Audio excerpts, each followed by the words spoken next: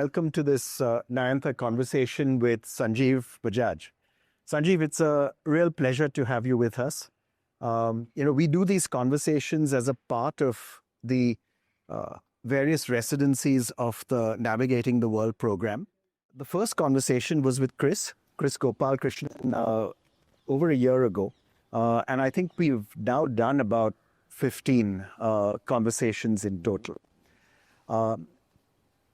Now, to talk about Sanjeev, everyone always says so-and-so needs no introduction and then gives a long introduction. I will not do that.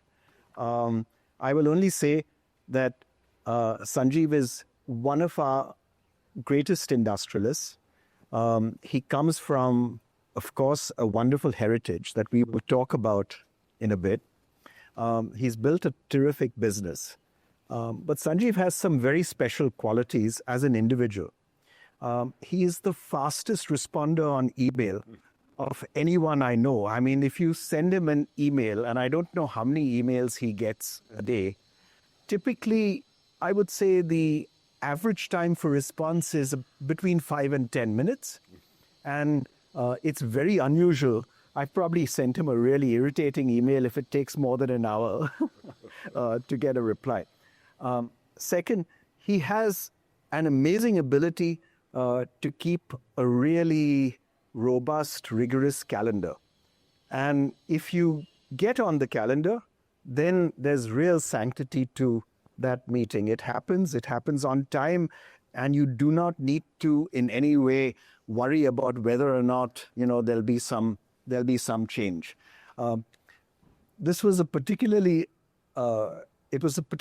amusing time when Sanjeev was the president of CI, because one of the things that you do not have is a predictable calendar. And I think it used to drive him nuts because it kept changing all the time. I see Shefali laughing about that.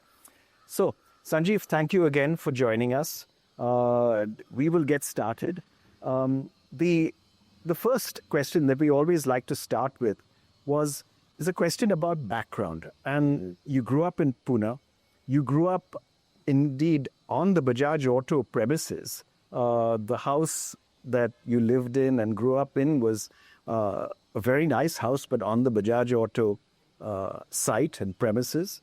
But in your case, growing up with your parents, your father was a very special person. He was a person who inspired many of us, who were a model for many of us. But I'm sure it also made growing up with a father like Rahul Bajaj, I'm sure it was difficult at times. I'm sure it was really enjoyable at times, but I'm absolutely certain it was really interesting. Mm-hmm. So can you talk about what it was like to grow up in Pune at that time and grow up with Rahul as your father? So Naushad, first thanks for having me over here, and it's great to be here with all of you all. I hope you all are enjoying the program. Bajaj is one of the original sponsors, but not actively involved. So if there's something going wrong, definitely tell us. We'll hold Naushad and the rest of them accountable for it. When Naushad told me about this, for many reasons, I was happy to do it. Not least of them, given the long relationship between Naushad, Parad, and my own family, and my own personal relationship with Naushad over multiple decades now. Also because we are supporting Nayantha, and it's always interesting to meet a bunch of new people, and that's why I hope we get a bunch of questions as well. The secret to answering the emails back in record time, as you can guess, is I have no work. Coming to Naushad's question, we all grow up with our parents for various stages of our life, and we all have unique experiences. And I'm sure we would all have interesting stories to share. My father, as many of you would have seen him on TV, some of you may have met him or known him also, was very forthright, very frank, happy to discuss. If any of you all saw him on any TV or one of these TV programs on those panel discussions, he was happy to discuss any topic. Very well read, very combative, but very happy to hear the other point of view and to be able to discuss, argue it, or support it. For me, growing up, there were 3 stages, I would say, in my life. Till we were 18, we hardly ever saw my father. He was traveling, he was working. My mother brought us up. She was a strict disciplinarian, and we owe a lot of what we are and who we are to her.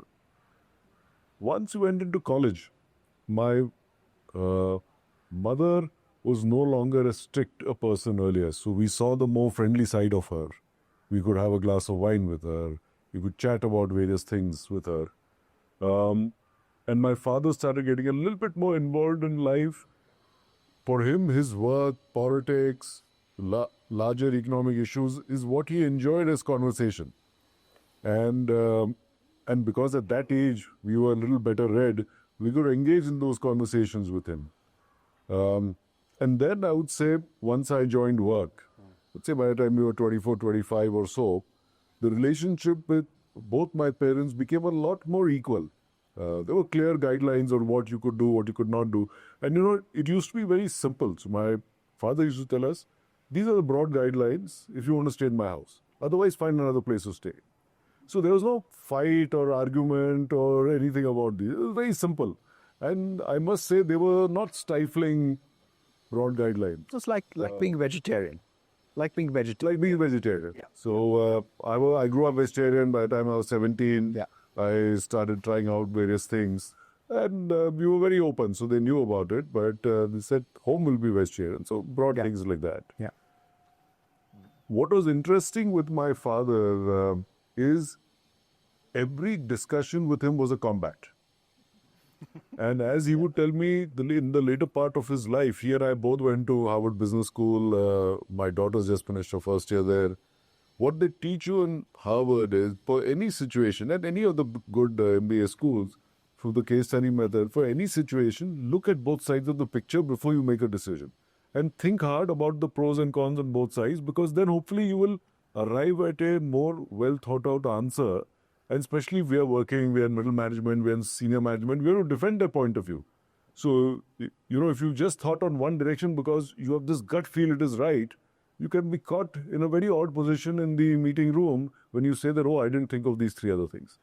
So this was in many ways what he enjoyed doing, but this was also his training, and not just with us, anybody in the room on any topic. And he used to laugh about it in the evening and saying that, yeah, I will always take the other point of view.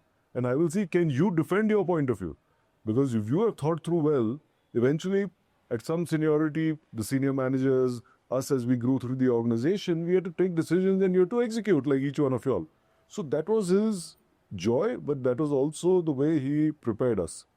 The other was hard work. He worked longer than any one of us ever did. And he used to get to work in his early years by 10 o'clock or so. He was not an early riser, but never came home before 8:39. Later years, that 10 became 11, 11:30. Still came back home at 8 because my kids had grown by then. They were staying together. They used to call him up and say, Dada, we're going to have dinner now. So he used to come home. Worked very hard. And, in the smallest of things. I remember once I must have been 16, 17, and my brother and I, we had gone out, came back in the night about 11, 11:30 or so. And maybe I was 18, 19, I was in college.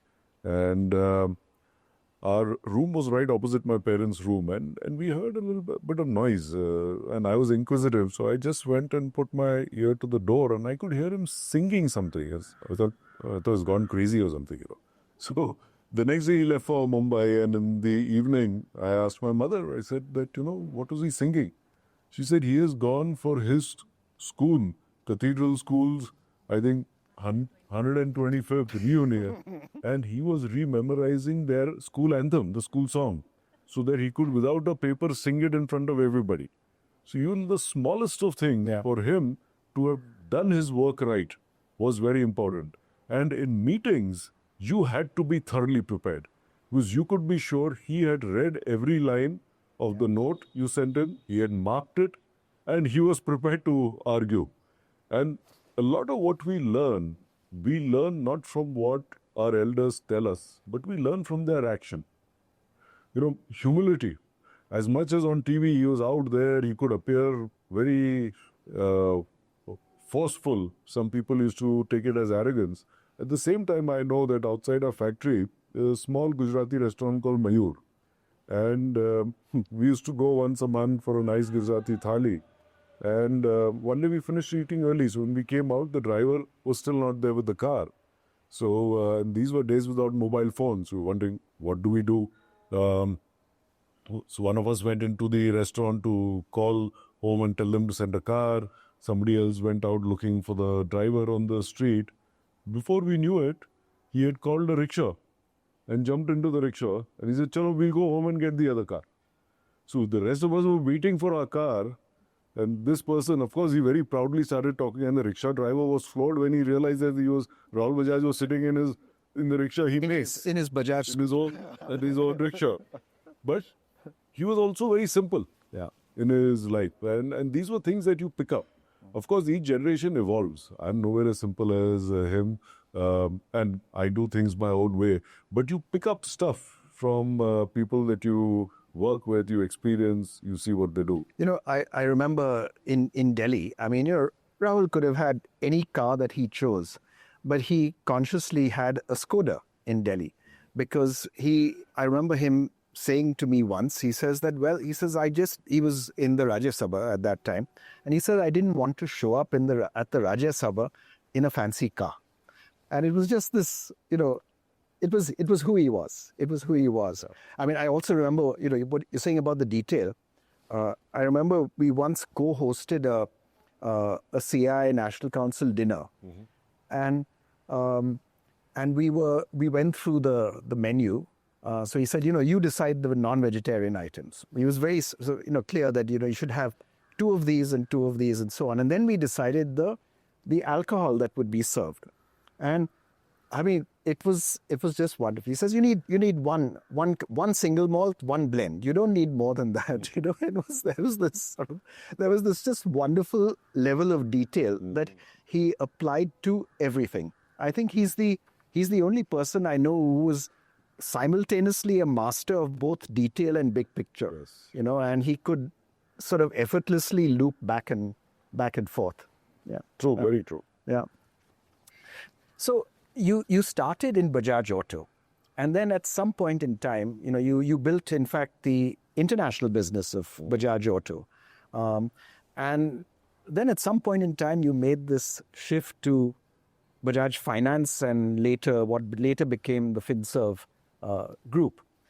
And, Finserv is now, I don't know what the market cap is. Do you even keep track? I think it's... Once in a while. Yeah, so I think it's about 10 or 5 trillion rupees. So it's like... Finserv, Bajaj Finance and Housing Finance together would be 10 or 11 lakh crore. Yeah.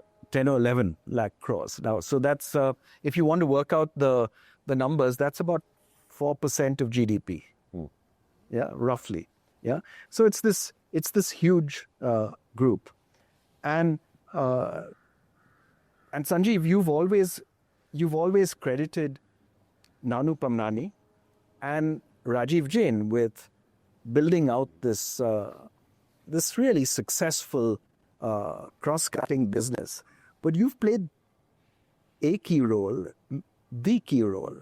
in it all the way through. I think you should talk about your role in building this huge business. See, firstly, it's been a very interesting journey and an unbelievable journey for any one of us. None of us could have thought in 15, 16 years to get to the size we have. And it's a reflection of the India opportunity. It's a reflection of the great team we have. And yes, it's a reflection of the combination of a gentleman called Nanu Pamnani, who was our mentor. He was a career city banker with tremendous experience and capability, of people like Rajiv Jain, who runs Bajaj Finance, or Tapan Singhal, who runs a general insurance company, and my role. And this this triage, or the three musketeers, the CEO, Nanu, and me, as we looked at it many years later, we realized that in serendipity, it had worked out really well. Because Nanu was this grey-haired North Star. He had done everything in the banking space, especially. And he was our mentor. He was our guide. He was And he was the most fantastic audit committee chairman, I think. And he was also very detailed, very process-oriented. Yeah. So he helped us institutionalize the business. He helped us build the business, knowing that he was there if we went too far in taking risk. And he had to pull us back. People like Rajiv, Tapan are great leaders who have built our companies as though it's their own. And my role came in. See, I was very clear. I'm an engineer. I did my MBA, worked 10 years in Bajaj Auto. 2007, when I moved to financial services, the one thing I knew was that I knew nothing about financial services. But I knew that as India was growing, and these were the years of 8.5%, 9% GDP growth, I realized that financial services would have a very important position in India in the future. And we had Bajaj Auto Finance, which is a small financier of our own motorcycles. We had these two insurance companies, which we had started with Allianz a few years ago. So luckily, there was a head start that we could build these businesses. And I was very clear that we had the opportunity to be the financial services life cycle partner to every Indian. Which meant across your financial services life cycle, from your early age, when you need a loan with your first job, you would need one for your car, you need one for your home. Two, as you start buying more assets, you need asset protection for your car, for your home, for your health, for your factory, for those of you who have small businesses. And then, as you start saving some money, you need saving opportunities, whether mutual funds or other kinds of products. So it was in our mind that can we create a set of businesses over the next decade and a half, and that's what we have done now, so that we play a relevant role in each important stage of the financial planning of an individual, of small business. We knew that there was no point chasing a Godrej or a Tata or a Birla to give them a loan, because there were enough of the big banks. What was our competitive capability? But we could build competitive capability with the individual, with the small business, because those segments were neglected by the big banks. And that's how we got started. I was also very aware of the fact that if I wanted to run one of those businesses, maybe I could learn my way, make a bunch of mistakes, and as CEO run that. But I had the bigger opportunity to build out each of those businesses. So from being in a line function in Bajaj Auto, where I built the exports business for 4 years, I now had the role like the producer of a movie. I had to cast it, I had to help build the story, which is the strategy. I had to make sure that the financials were in place and everything else. And that's really been the journey which worked very well, because then we were not stepping on each other's toes. Instead, we were there to leverage and support each other between the CEOs, between the mentor, and between my own role. And it of course has worked out beyond our wildest dreams.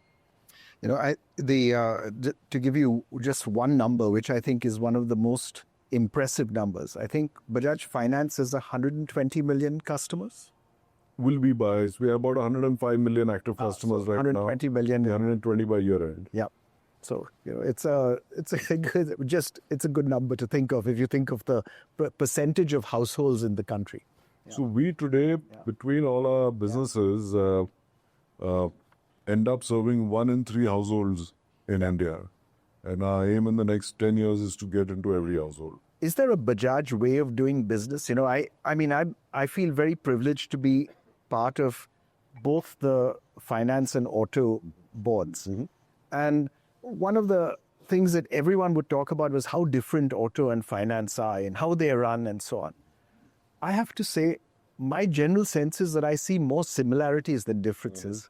And there are certain basic ways of running the business that are I think, very fundamental to both sides of the business. I wonder if you could talk, is there a Bajaj way? There seems to be a Bajaj way of doing business, even if it's not written down or articulated or even spoken about. So the Bajaj way of doing business, firstly, as you're saying, is an informal, unwritten way. There's nothing on paper. It's what we've imbibed growing up. It's what we've seen in our early years. It's about doing business, one, with the highest levels of integrity. And every large group will tell you that, right? Which group is going to tell you that, no, you can do business without integrity? But when those decisions come, when you can either move ahead by taking a small exception one time, saying, next time नहीं करेंगे, इस बार मेरा target है, महीने का target है या quarter का target है, or my boss is pressurizing me is to meet his quarterly P&L, you stretch yourself. Not because the money is going into your pocket, but because you have to meet your targets. Most of us work in public companies, but knowing to say no from the top down, and for people, not necessarily at the front level, but middle level and above, to feel confident that they can say no. The culture you built in the organization becomes very important. And if you make an exception for yourself at the first time, people start making exceptions as well. So we, if you see, have very consciously not got into businesses which in the times of license Raj required licenses, which means you have to pay to get those licenses. Or if you did not pay your CEO, you were telling him to build a business with one hand behind their back because everybody else was paying. So we decided, let's stay in consumer businesses. We will fight and compete in the marketplace with the rest. But we stay as far away from the government as possible. And even today, that's what we do. So that's a conscious choice. As a group, other than Bajaj Finance, Housing Finance, which by nature borrows money and lends money, otherwise for 30 years we are zero debt. All other companies are zero debt. And it used to really bother your father. With us taking debt in Bajaj Finance, yes. Yeah. So we've had enough politicians who are friends of the family who over the years have told us, set up a steel plant, set up a power plant, especially in the 90s and the early 2000s. When some of the big boys, double A's weren't around, they needed others to do that. But we were always clear that no, we'd rather sleep well at night and not get into anything which requires us to compromise on integrity. So that's something that is very well ingrained. Second, there is no substitute for hard work. Third, stay humble. So these, I would say... I think also a willingness to invest. And yes, focus on improvement, whether small improvements on the shop floor, whether change. So don't rest on your laurels of the past. For us, the excitement is in the journey, not the destination. So, and building that excitement to your teams is also very important. Now, taking on some of these informal values, in the last 10 years, across our FinServ companies, we have created a set of cultural anchors. And so our basic cultural anchors are rooted in one simple ethos, which we call as the founder's ethos, or the ethos of an entrepreneur. I've always felt fortunate that when I started running exports at Bajaj Auto, then moved to financial services, coming from the promoter family, within a broad set of boundary limits that the board set, I could go and build the business as I wanted to. And that's why when we started building financial services, I was very keen that we build a culture where our other leaders will feel the same. Now, your sales guy at the front end of the store may not feel that, but at least senior middle management and above, which in our case is 1,000 people, should feel that way. And we have hence anchored our culture around how do you feel like an entrepreneur? How do you feel like a founder? Is the environment around you, the tools that we provide you every day at work, helping you to realize your dreams every day, so that when you get out of bed, you get out of the sprint in your step to come to work, not to say that, oh, I have to be at work from 9 to 5 because I need a paycheck. Around that, there are a few pillars then. So the first one is focused on building long-term, sustainable, profitable businesses. And each of these words is important. Long-term, because eventually, if you have to build long-term businesses, it has to come with certain capability. And it has a second message in that, and we talk about this in our companies, is there will be times when in your own work, you will have a chance to make a short-term gain in market share, in revenue, in profit. As long as that does not detract from where your long-term direction is as a firm, that's fine. Take that. But if it takes you away, you must have the courage to say, no, I will stick to that path that we have decided. So that's first. Second, when I moved from the motorcycle business to financial services, and I've said this a few times, in the motorcycle business, our sport motorcycle, the Pulsar, you could start the engine, and the roar of the engine is something that most customers were willing to pay 10% more for. I could never get a roar out of an insurance policy or a loan document. So, because financial services, you're in a very commoditized business. If you're going to be at the commoditized end of the business, effectively customer is only going to look at pricing, discount, and you have no capability difference. So we said our second pillar has to be disruptive innovation for customer benefit. How do we bring capabilities where the customer experience with us is significantly superior compared to our peers for the customer to come to me? So very simple. In 2007, if you needed a loan to buy a television or a washing machine or a mobile phone, either you pay, so if you had cash, you paid cash. Very few credit cards existed. And if you're a middle class customer, even if you had a credit card, you had a limit of 20,000 rupees. You kept that more for emergencies end of the month. So you took a loan.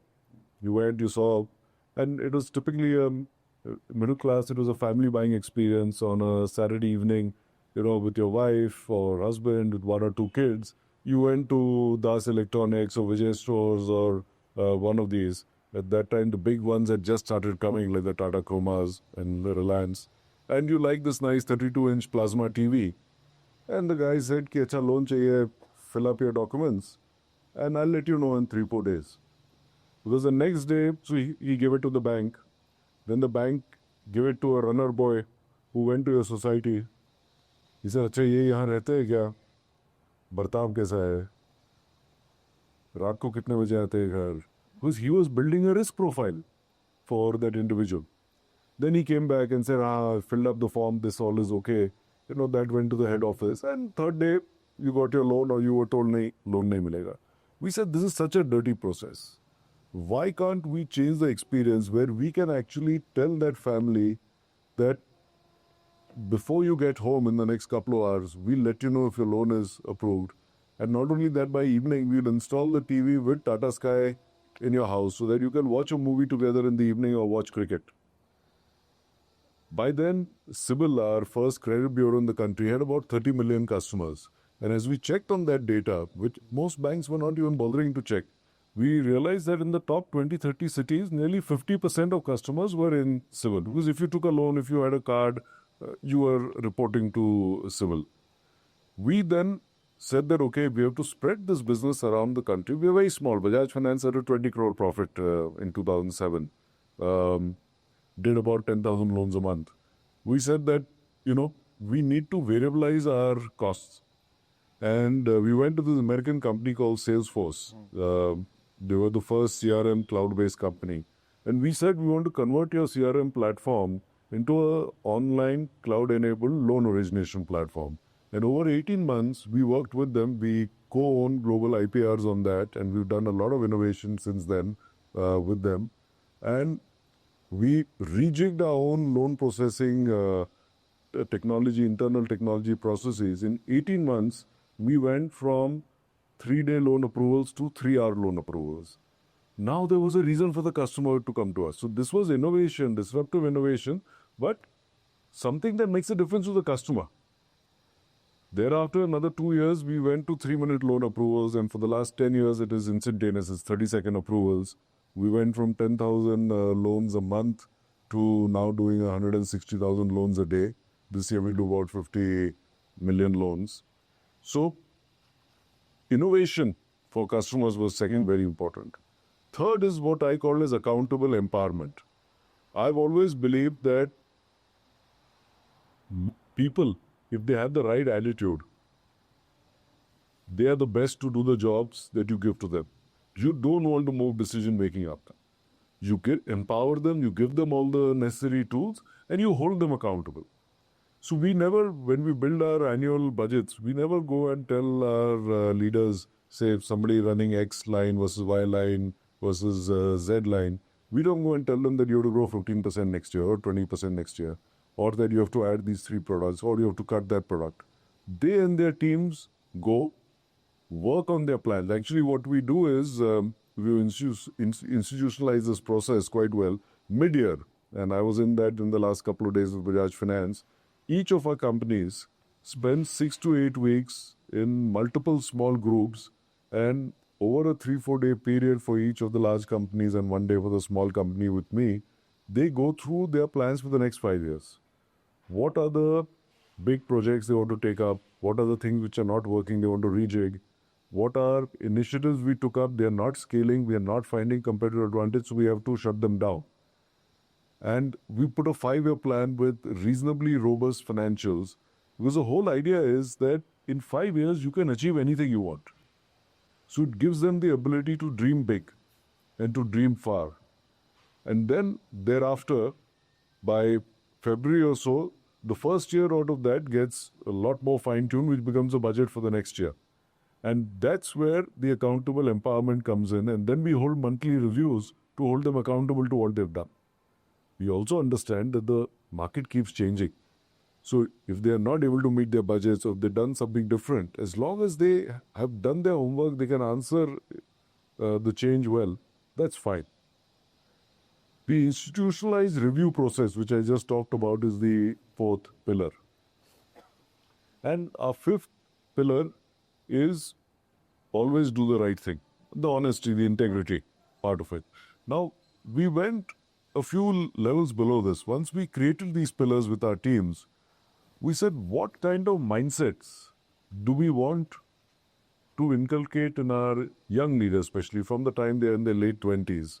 And what are the behaviors which we can give as examples for them to understand what those mindsets mean? So we actually, it's there on our website or on our investor deck as well. So we have a culture wheel which has got all these. And so this is now hard-coded. And at the same time, it is more principle-based. It is not prescriptive. And every 3 years, we refresh it. Plus, what our companies will do is they pick up from this overall what is of more critical importance for them the next few years and evolve, because they are different sizes, their competitive market situation is different. So none of this is rigid. It's not meant to hold you back. It's meant to enable you to move ahead. So I would say that's what drives our businesses. Thanks. Thank you, Sanjeev. Nice. So going beyond business, and my friend Mare is here, and one of our founders, and one of the things that her husband tells her all the time and tells me all the time as well is that we have the inability to say no to things. Yeah. And we just get into too many different things, and then we regret it later on. Now, your father was involved in many, many things beyond business, beyond the Bajaj Group. You were also involved in a fair number of things. Your father is the only person who's ever been president of CI twice. You've been president of CI, I've been president of CI. And I know I struggle with saying no, as does Mare. And what do you say yes to and what do you say no to? How do you decide? This is to help both of us, especially. How do you decide what to say yes and no to, and then you can even tell us how to say no. So till 5 years ago, my life was very simple, very inward looking, just focused on building our businesses. Everything I else external. My father did. I consciously chose, even with financial services, to stay in Pune, build the businesses in Pune. All our companies are headquartered in Pune.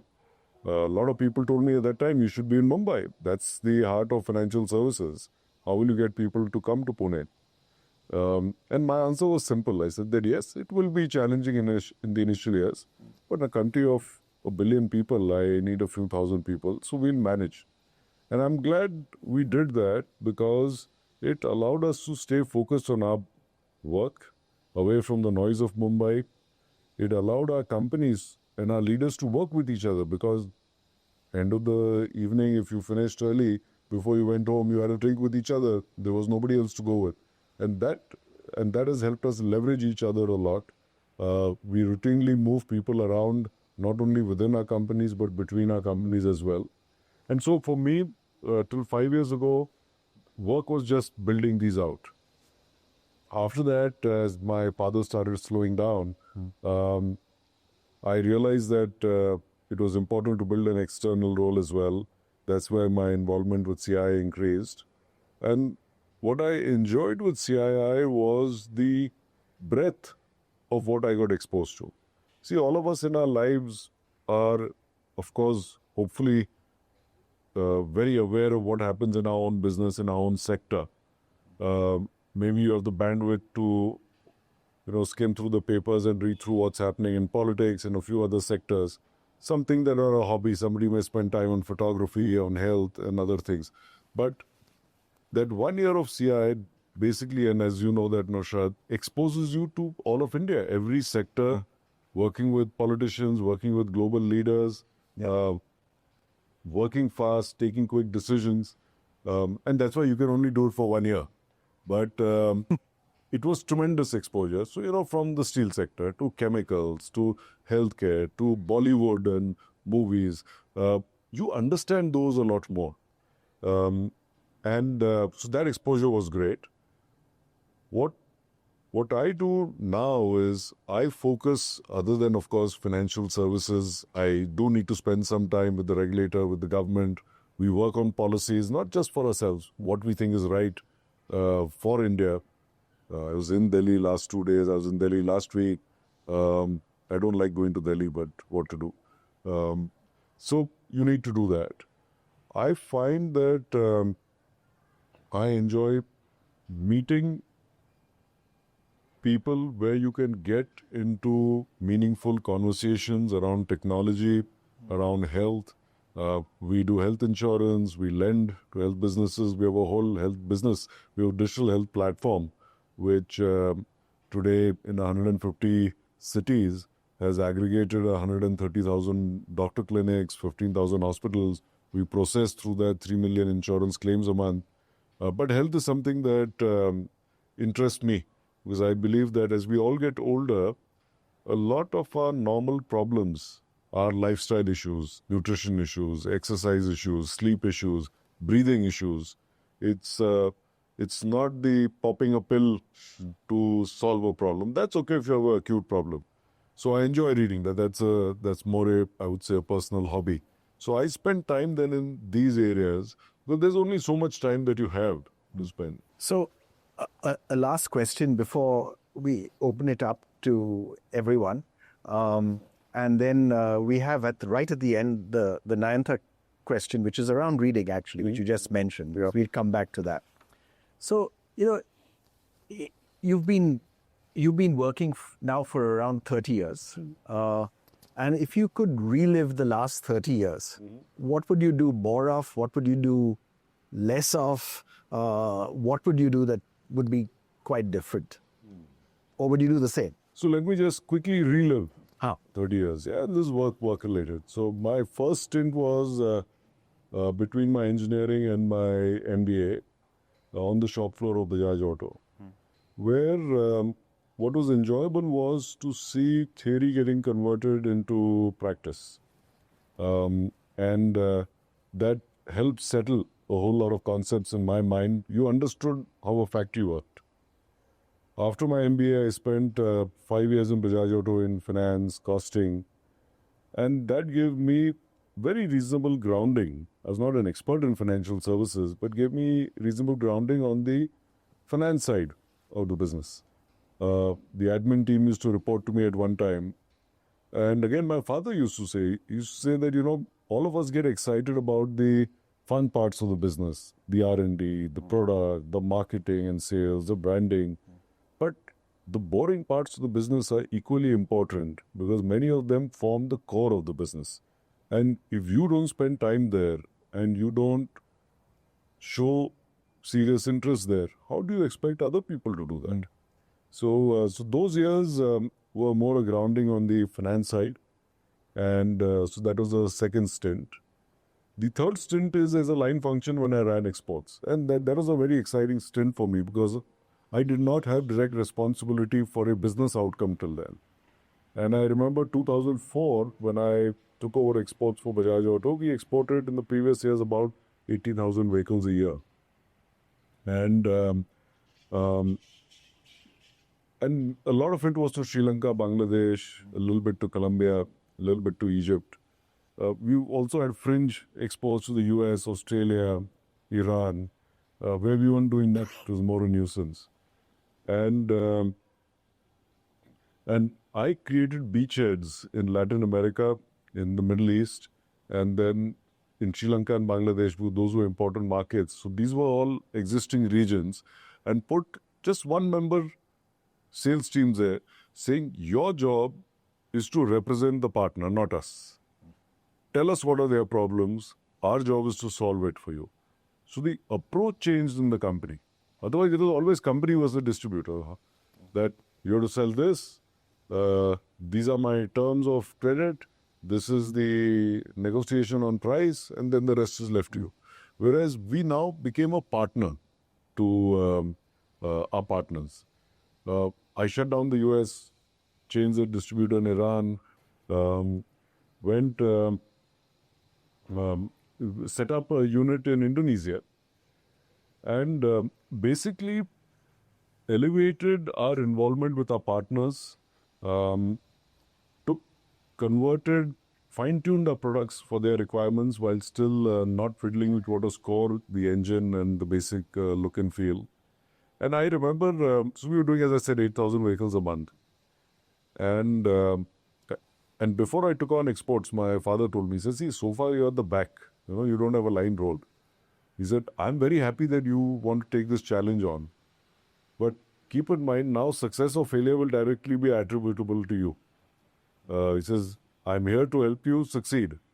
But if you fail, you're not behind anybody, so you will fail. And I used to say, that's fine, don't worry about it. I was also young at that time. That was 2004, so I was 34, 35. And then, 8-9 months later, and my father and I, after dinner, very often used to walk in the courtyard for 20 minutes. So typical style, trying to be a parent, but also trying to push me, say that, people in the company are saying that you're still doing only 12,000 vehicles a month. 20,000 to hona chahiye. Nahi to, failure is yours. And my mother used to tell me later, don't feel bad, your father is only encouraging you. And I used to tell her, don't worry, I'm not feeling bad. I know what I'm doing and I know what he's doing as a father. And I told him, I said that I'm laying the foundations for the future. If I don't put our teams there, I used to travel 15 days a month very often, and not more than one night in the same city, once, sometime Latin America, every 6 weeks in Indonesia, then the Middle East, go to Bangladesh, Sri Lanka, and very often wake up in the middle of the night and take 5 seconds to realize where I was. So then again 6 weeks later,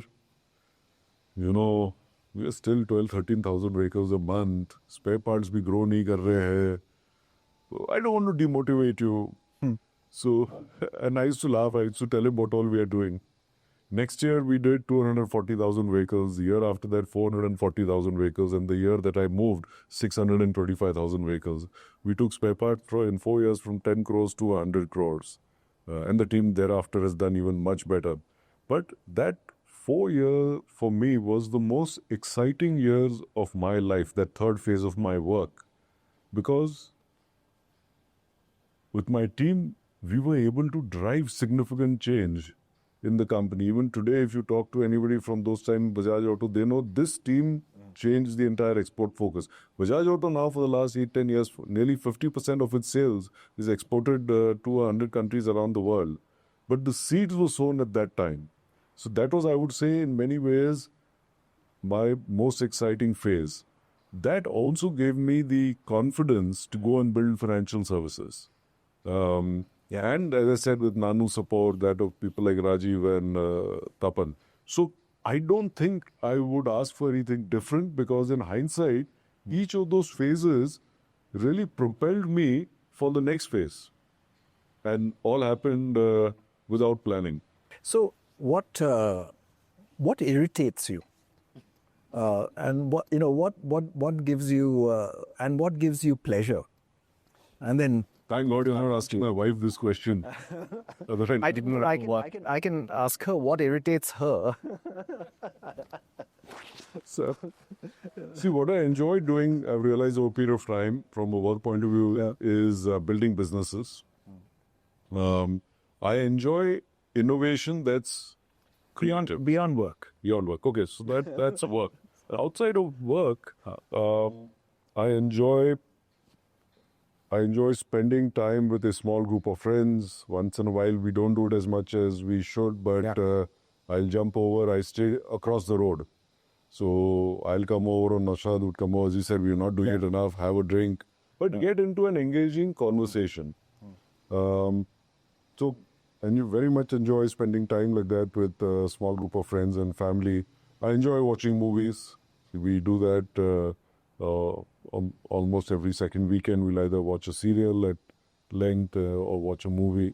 I enjoy traveling, but not the hectic work-related traveling, more leisurely traveling. And I actually would enjoy going to like Goa for 3 days and just relaxing. For me, that's a good thing to do. Thanks. Okay. So, and you said what irritates. What irritates you? Yes. So, as you talked about CI, what irritates me is when things are unplanned. Yes, I know. Now, if you're on holiday, that's fine. Yeah. But because my work schedule is very organized and for a very long period of time, that gets disrupted because it disturbs my thoughts, the thinking that I've been doing for various things. So that irritates me.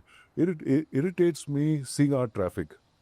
How much last 10 years, 15 years we are trying through insurance, telling the corporation, we will put in money, improve the traffic, but you have to ensure discipline, because we can't ensure discipline.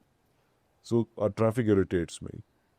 It irritates me when people keep their houses clean but keep the outside dirty. You see people throwing things out of their car. Because we talk about our dirty cities. We are responsible for our dirty cities. And it's so simple to keep it clean. And it irritates me when people are discourteous and are not on time. 99% of the time, I'm on time for meetings. Because I respect the other person, irrespective of how senior or junior they are. They're making time, they're prepared. So, people who don't respect time, I get irritated with. That's a good list. Yeah. Okay. Come. Questions. Hi, I am Behul, working with Force Marshal closely with Marsha. So, as you cited, you've seen your father in TV, fascinating debates, and he would really jump out, as you say. And now we are seeing your version. And to me, the contrast is so striking. So what are the inspirations you took which are very close to you and which you want to like fight it out? And what are the things that you feel that something which your next generation also should take forward from a value standpoint? So Mehul, to what you started off with, that with the kind of outspoken extrovert that my father was, whether my mother, my brother, my sister, me, we were all the quiet type. Only one person can be like that in the family. But as far as the value systems come, as I would say, humility, simplicity, as relevant generation to generation, it evolves. Um, I remember I like my fancy shoes. My father's shoes used to come from Prabhat stores in Mahabaleshwar. And I remember once 10 years ago, Shifali, you'll remember we were in Europe with him and his shoes had torn. So we said, Chalo, we'll buy you a pair of shoes. My uncle Neeraj was also there. And we took him into a Todd's shoe store. He had never been into a Todd store. And he saw this pair of loafers. He liked it. He said, okay, we'll buy this. So he said, okay, we started going to pay for it. He said, but how much is it? He said, no, don't worry about it. He said, no, how much is it? And it was 350 euro. He stormed out of that store and didn't talk to us for the next 1 hour. He says, you people are actually buying shoes at this price. Because he realized we are all wearing similar shoes. So simplicity, humility, integrity, both of thought and action. These were the important things that we learned. What we also learned in that simplicity was his ability to talk at ease with the driver, with the watchman, to the Prime Minister of the President of the country. If you wanted to indulge him in an interesting conversation, he was happy to do that. So often when we used to stay in Nakudi, we used to go to the cinema over there. And it was the Ad Lab's big cinema. And routinely youngsters used to stop him for a photograph, for a selfie, to have a quick conversation. And we used to get irritated with it. We used to see the movie, we wanted to come back home. And he used to be merrily talking to them, chatting. So he was happy to do that. I can't say we've taken a lot of those good values from him, but some hopefully we've taken, our children have taken. We went to a school near our factory, run by Swiss convents, but a SSC school, St. Ursula. And when I grew up later on, his secretaries used to tell me that every year he had admission available for us in the top schools, in top 1 or 2 schools in Mumbai. But he and my mother were very clear that if we had to live in India and grow in India, then we must grow up in the real India. And Shifali and I did the same with our kids. They went to a sister school, which we set up there, run by the same convent called the Bajaj School. So some of these values come from what we inculcated from our parents. So it's about speaking frankly and forthrightly as your father really did. And I remember when your father passed away, Harsh Goenka had I think the best comment, right? His comment was, Indian industry has lost its spine. And which I thought was a really insightful little comment. So where did he get that courage from? So it came from what he saw of his father and his grandfather. So his grandfather, Jamnalalji, who we credit to being the founder of the group on the business side, and we'll complete 100 years next year, himself spent years in British jail fighting for independence. Gandhiji used to treat him as his fifth son, as his adopted son. And last 10 years of Gandhiji, he moved to Varda, and we set up an ashram for him called Sevagram, where he spent his last 10 years before he passed away.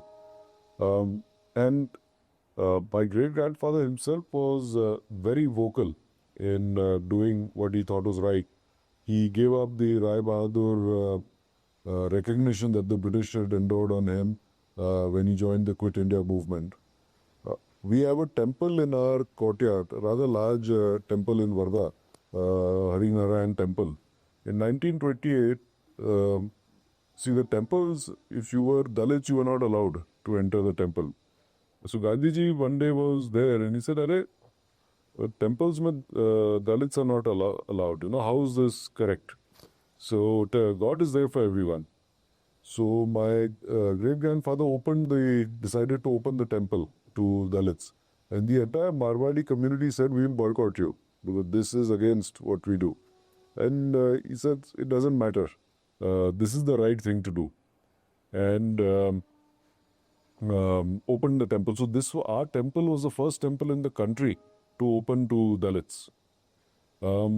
Then I know from letters between him and my great-grandmother who was also a Padma Vibhushan, he was once in jail. So she wrote a letter to him saying that, you're going to be in jail for a while. How do I use my time?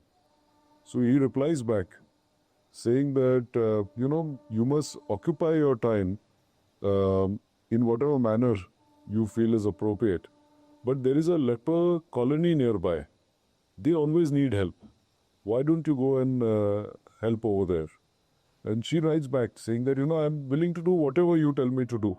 And leprosy in those days was thought to be contagious. She said, but really you want me to go and expose myself in a leper family, a leper colony? And he replies back, and imagine this is a man replying to a woman in those years in the 1930s. And he tells her that I would never tell you what to do. It is your decision. Whatever you do, I will be happy with. But I told you what would please me the most, because they are the most needy. And she, right from then in the 30s till a few years before she died in the 70s, till she got really old, used to work in that leper colony at least for a few hours a day or a few hours a week after that. So there was a lot of, I would say, strength that came. So in our Marwadi community, she was the first woman to move around outside without a gungat. That was not allowed. So breaking down a lot of these old rules. So courage probably came into the genes. Then his son, my grandfather Kamal Nayan ji, was a member of parliament, the first three parliaments, very close to the Nehru family because you fought the freedom struggle. He and Indira ji were similar age. When she started nationalizing the companies, he told her that he would leave the party because he said, this is wrong. You can't take over private sector. And she said, how can you leave the party? You're family. You're like family. And he said, I will continue to be like family, but I cannot support this decision. And he left the party. I remember in the 80s when we used to have a waiting list because the government would not give us, you needed a license to produce more scooters and three-wheelers. We had a 12-year waiting list for vehicles, and said the joke is to be when you had a child, you first went and you booked a telephone and a Bajaj. You booked a telephone or maybe a Godrej covered and a Bajaj scooter. So he started in 84, I think, producing beyond the capacity. So at that time, the MRTP commission called him. And there were like 20 people sitting and he went alone. He was also a lawyer by training and he loved to argue, of course.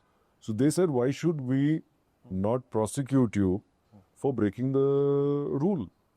And he said, because of your rule, tens of thousands of Indians are suffering. The waiting list for my product is 10 years.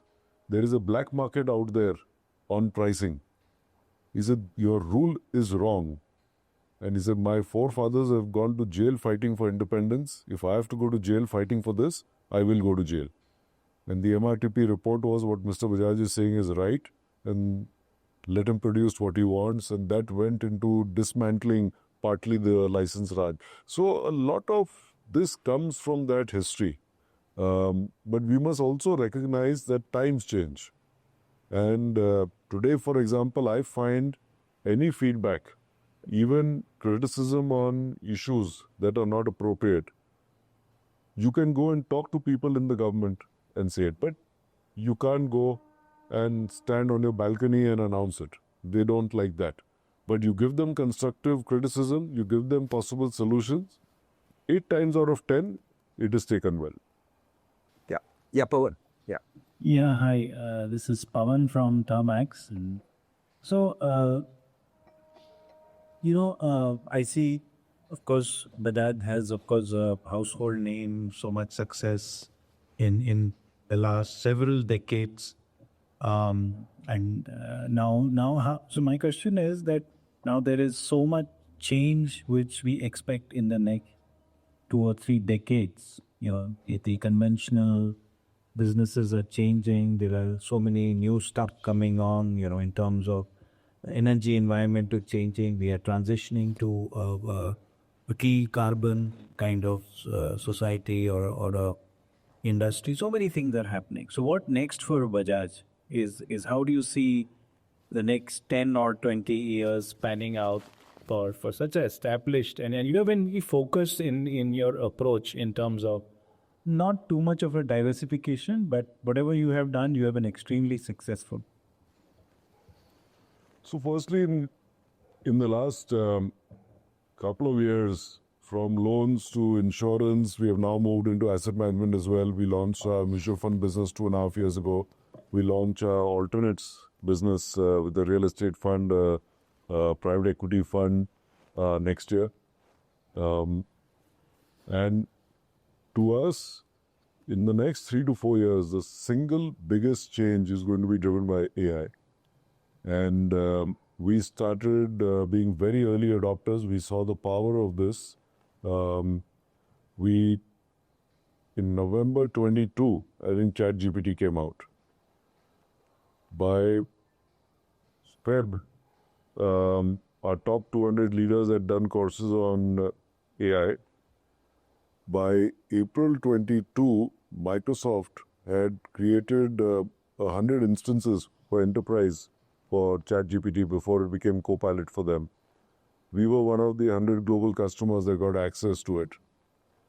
By January, this was, as I said, 23 April. By January 24, Microsoft had set up their first enterprise compute for AI in India on their India servers. We were their first customers. We believe that for our industry, AI is going to dramatically change things. Today, most of our marketing is digital. 85% of our content is already AI generated. We still have a pair of human eyes doing a final check because AI can hallucinate. It has got much better, but it can hallucinate. 30% of our customer service calls are today being handled by AI. On one product line, for customers that have expressed interest in a personal loan, in the last year, about 500 crores of personal loan are being disbursed by an AI voice that will introduce itself to you as an AI voice, speak based on how you're speaking, speak in Hindi, English or English. By middle of next year, it will speak in 12 languages and sell you your loan, negotiate the terms with you. Until a couple of months ago, there was a human closing the loan. Now we are even experimenting with it closing the loan with the customer.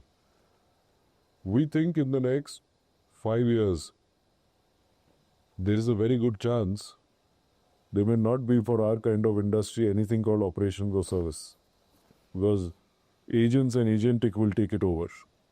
Today already, a number of our processes are agentic run, which are scores of agents doing individual, or these are agents algos doing individual tasks. So for us, this is the single biggest, I would say, multi-decade change. And because as a business, we don't produce anything physical, it is going to drive massive productivity improvement. It is going to create tremendous value addition for customers. It will take away a bunch of basic jobs, but it will create the next set of jobs. See, for example, 5 years ago, there was nothing called influencers. Today, how many influencers are there? So the digital world also creates new opportunities. When the first car came out, people thought, what will happen to everybody that makes house carriages? But the danger, there is a danger or a challenge right now. The speed of change is very fast with AI. So models that we are building 6 months ago are already no longer relevant. We are building new ones. And we work with some very senior global companies. I spent 45 minutes with my team with Satya Nadella yesterday, day before yesterday in Delhi. And Microsoft is a very large partner with us. We do the same with Amazon, with AWS. We do the same with Salesforce. We have a few of these large partners we work with. So to me, the next 3-4 years, it is that. From a longer term point of view, so when you say 20 years, no, I don't have a 20-year plan. But what we did this year is we took the government's Viksit Bharat document. It has 5 sections and it talks about what the dream for India is over the next 22 years. And we broke down that into lines which we think could be interesting for us to get involved in as a financial services company. So the entire technology evolution, the entire focus on green energy transition. Today we are one of the largest financiers of the small solar packs for homes in the country. We never did that earlier. What that does is it helps us build a close relationship with the rural customer. We can then offer them the next set of 5 products as well. So that is the document that we are taking inspiration from. Of course, it's not the only thing to think about what could be long term into the future. Preet, yeah. Yeah, Singh. I'm Harpreet from Godrej. Very simple question. Say, Hamara Bajaj was part of our life when we all grew up, and I don't know how you look at it, but we look at Bajaj as very close to us because of the sheer Hamara Bajaj. So when we look at next 75 years, Azadi ke next 75 years context, how do you look at country? I mean, you've answered partly in the previous question, but how do you look at country and Hamara Bajaj becoming more Hamara Bajaj? You pass it back to Mohan. Yeah. So as I mentioned in the beginning, one of our goals is in the next 10 years to, at least from a financial services point of view, to be present in every Indian household. Today, between insurance and our lending business, we cater to about 160 million Indians. We would like to at least double that in the next 10 years, if not more. We think as India is growing, the need for financial services is going to be very significant. But as we have seen, most of the innovation in the last 100 years is led from the West. It is led with the developed part of the world as the battleground for innovation. When you look at healthcare, it is led with the white Caucasian male as the target based on which medicines are made or treatments are made. China is one country which, because of its size, both economic size and people volume, has created its own models as relevant for its population. It's a different ethnicity. We believe India has that same opportunity. Partly India has demonstrated it through the India digital stack. Our payments today on UPI have negated the need for MasterCard and Visa. And it's free. Today at close to 17-18 billion payment transactions every month, we are not only bigger than the US, than China, than Europe, we are bigger than all 3 of them put together. And there is significant such change happening in a variety of areas that the digital world is leading. Look at our mobile costs, lowest in the world. Okay, you may say that everywhere I see 5G, I don't actually get 5G. You know, nothing is perfect in life. But see how dramatically it has changed business, small business. You today go to the Haath Gadi wala and you're buying 3 bananas and he gives you a QR code to pay. The illiterate guy is using a QR code, getting payment, money going straight into his bank account, building a credit score for himself for his future. So things are changing dramatically, but Hamara Bajaj, Hamara India will be building India in our manner. And not out of any kind of arrogance, because everybody is not the same. We don't have to follow the West. What is good, we must pick up. Most of us have studied in the West. But we have the brains to do what is right for our kind of fellow Indian as well. Mohan, yeah. My name is Mohan Raj. I'm from TVS. This is one opportunity question because it is our grand challenge project, and you are also into health care insurance. What policies in India, from your point of view, will take us medical care to all the population? Maybe I'm just connecting it with your earlier answer of China model. So what model may take us to healthcare to all the Indian population. So maybe Naushad actually may be in a better position to talk about On healthcare. on health and changes happening. But I was pleasantly surprised to read in one of the last issues of Forbes India the cover story on longevity, and people like Kiran Mazumdar-Shaw and many others are doing a lot of work on longevity in India. And a bunch of startups are doing work in this area. I was just talking to somebody in Europe doing some work, just talking today, doing some work on Alzheimer's. And they want to connect with people in India because as people are getting older, you have to make sure that not only your physical health is okay, but your mental health also is okay. Because otherwise, what's the point of living longer? So these are still early days, and there's a lot to be done. Starting with traffic, because stress is high, you're not going to survive too long. With the quality of our air, which is terrible. A lot of basic things as citizens we have to try and improve first, while we also work on the more advanced scum. Lokesh? My name is Luklesh. I work for Godrej Group. So my question was, we heard the auto business became big, and then you took up the challenge to took it to exports from 8,000 to 6 lakh, and then it's doing as such. You build a business from start, not from start with some hit start, and the financial business is now the good weather for the stock market firm looking at the Dutch FinSec. My question was, are there plans to take it to abroad to all the countries and not just India, or are you waiting on a lighter side? Are you waiting for your next generation to come in and have the same fun in the corridors like your father had with you, pushing him next 10 countries more and 20 countries more?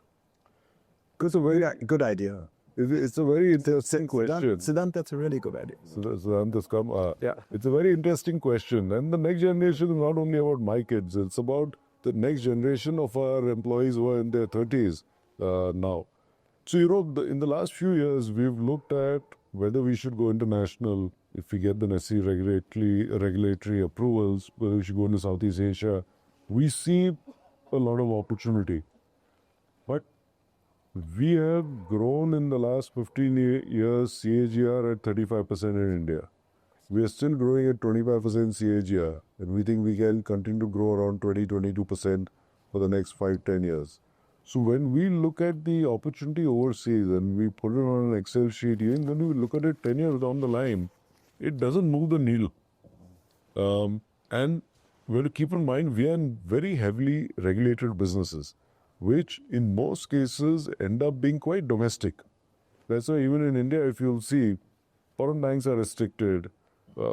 Insurance, if you see, even though all the foreign companies keep it, it's the Indian promoters that are running the insurance companies well. So we are conscious of that. We are also conscious of the fact that the opportunity is there. And it's interesting, just last week I was talking to some of our senior leaders saying that, from our mid-30s, we are now in our mid-50s. And over the next few years, across our companies, we've already started the process of the next generation CEOs who are in their 40s, who will take over. Which means we have some free time. We will be the ones who will be mentoring them. We will hopefully provide the guidance of the North Star, prevent them from making terrible big mistakes, but otherwise let them build business with high level of empowerment. But it could be that for us in the next 5-10 years, we seed the next set of opportunities for the next generation of our employees, next generation of the family. Who knows? So, last question to Ranja. This is how we become predictable, because you asked this to earlier on. Essentially, it's about how do successful leaders learn themselves.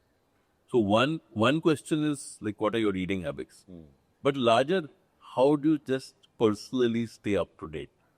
So it could be combination of both. Yeah. I'm sure for different leaders, it's different. What has worked for me and for my team, one is we push ourselves to reading, and I'll talk about that also, because there is so much knowledge out there. But if you're going to stay cocooned in what you believe in from your past experience, you're going to lose the race going forward. So you have to force yourself to read, hopefully enjoy stuff that you read. Second is, I see that I learn from everybody around me. But you must have the humility to accept that you can learn from people, whether you're youngsters, whether older people, from everyone. Third, what I've always practiced and found very useful is in a meeting, I spend most of my time listening. Because if as the leader you start speaking first, our culture is very open. We openly argue, fight and stuff. But gradually, the youngsters will not want to open their mouth.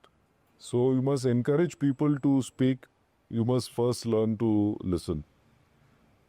We also encourage through the various projects we run in the company for people to take small risks early. Because we've always believed that if you don't push the boundaries of what is ordinary, you will never achieve the extraordinary. You will always play safe.